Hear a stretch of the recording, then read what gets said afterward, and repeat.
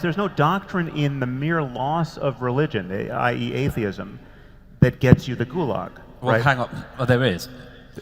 No, there's not. There's not. But let me just flesh out this point for one more second. When you're talking about religion, you're talking about the Inquisition, you're talking about the jihadists, you're not talking about somebody who wants to go to their local Anglican church once a year, maybe get the children into school, and maybe when they're at some desolate moment of their lives returns to this as the place that stores meaning. I mean, the thing that I think Jordan and I are in agreement on in this is that thing, with quote from Schopenhauer in the Dialogue on Religion, when he says, that truth may be like water, it needs vessels to carry it. And when we were talking about this the other night, you admitted that one of the consequences perhaps of the parents sort of going through the belief structures they may not believe in anymore, but they keep doing it, is a demonstration of what you said was the non-embarrassing options that atheists have come up with. But it may also be that since we don't have very many vessels, that cracked and damaged and sometimes transparent as they are, what vessels you have might be worth holding on to.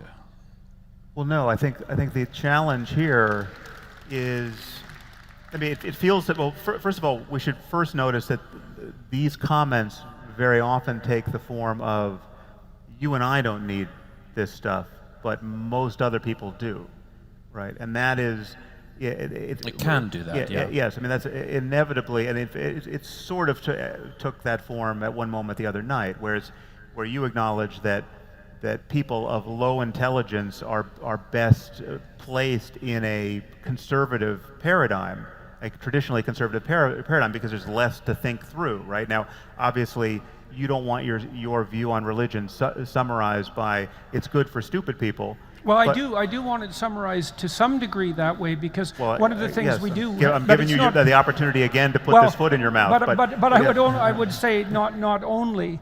The thing is that we're all stupid, and some of us are far stupider than others. But we're not. But we're not that stupid. But there's another problem, Sam. I think, and this is obviously a contentious one. And one of the things I don't go to church, but there is one thing I admire about the church, and that is that it's managed to serve as a repository for these fundamental underlying fictions for 2 millennia. And that's really something bloody unbelievable. The great, what would you say? It is bloody unbelievable. Well, look, Sam, everything's soaked in blood. We have no disagreement about that, but the secular alternatives that we produced in the 20th century were certainly no less blood-sodden, and they produced nothing of any productivity whatsoever. We need not do it now, but we have to put to bed that secular canard. What would you do? Well, it's just not so that Stalinism was the product of secularism or atheism, and nor were well, it was fascism. A product. It wasn't an inevitable product or the product. It wasn't. And please, anyone who has this meme in your head, please just allow the next sentences I speak to just push it out, because I'm so sick of hearing this. This idea that the greatest crimes of the 20th century were somehow the product of atheism. Right.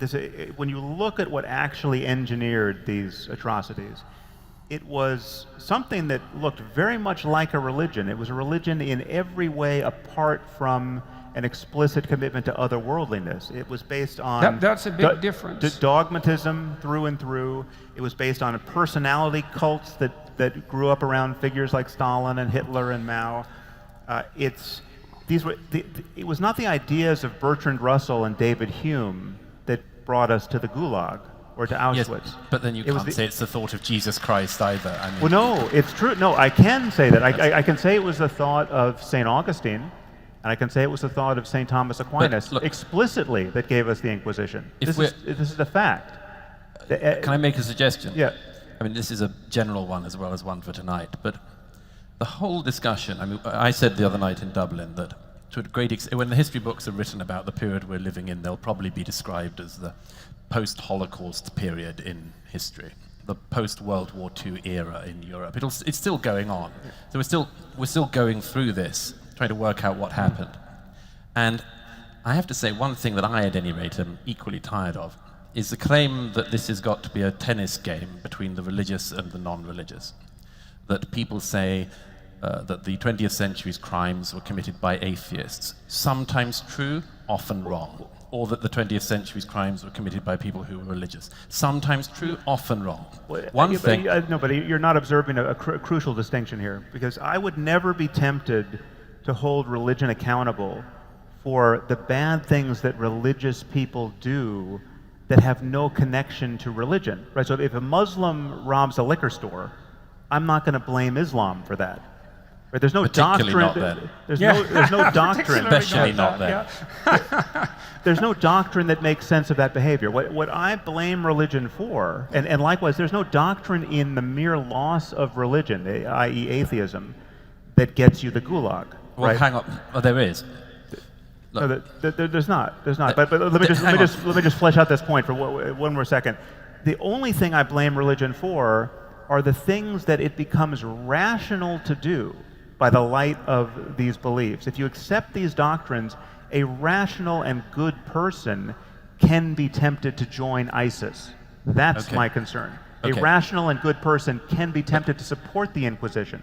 But of the many things they had in common, this is the point that David Berlinski made in his book, what did the NKVD have in common with everyone who oversaw the Gulag, the SS, the people who guarded the camps, the people who put people on trains? What did they all have in common? What did they have in common with Mao? Among other things, they had in common the fact that none of them thought that God was watching them. None of them thought that they were being observed and would be held accountable. It doesn't help when you think God is on your side. We have just as many examples where people do it because they think God is on their side, right? Sure. God is watching and clapping. All right, folks, Trav here. I have produced legendary conversations all around the globe: Canada, US, United Kingdom, Australia. And after a long night of discussions, I want to sit down and catch up on some cool intellectual content.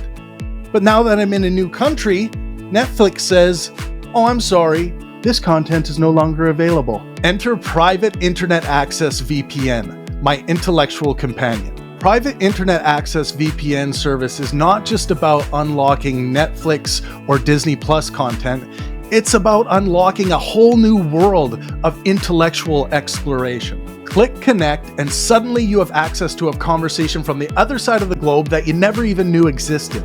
This sponsorship with Private Internet Access VPN is about all of us in this community. It is going to allow us to produce more legendary events that will last for years to come. With over 30 million downloads and a no logs policy that has been proven in a court of law, your intellectual property remains yours. It's not just a VPN, it's your shield against unwanted surveillance. All you need is one VPN subscription to protect all of your devices: Windows, Mac, Linux, iOS, you name it.